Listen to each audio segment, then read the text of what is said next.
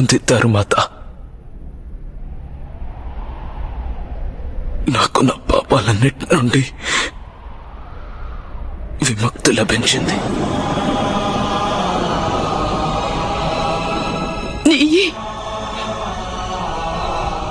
నీ మృత్యు పాపం నుండి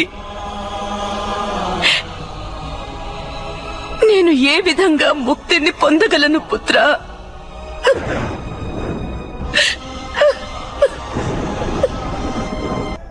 ఒక శత్రువు మరణిస్తుంటే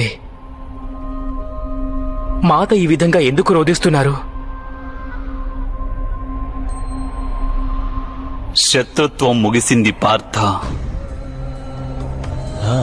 సంబంధాలను స్మరించవలసిన సమయం వచ్చింది. అశ్రువులలో జనించిన బంధం అశ్రువులలోనే ముగుస్తుంది. అంటే మాధవా, ఈ ప్రశ్న మీ కుంతీ మాతను అడుగు.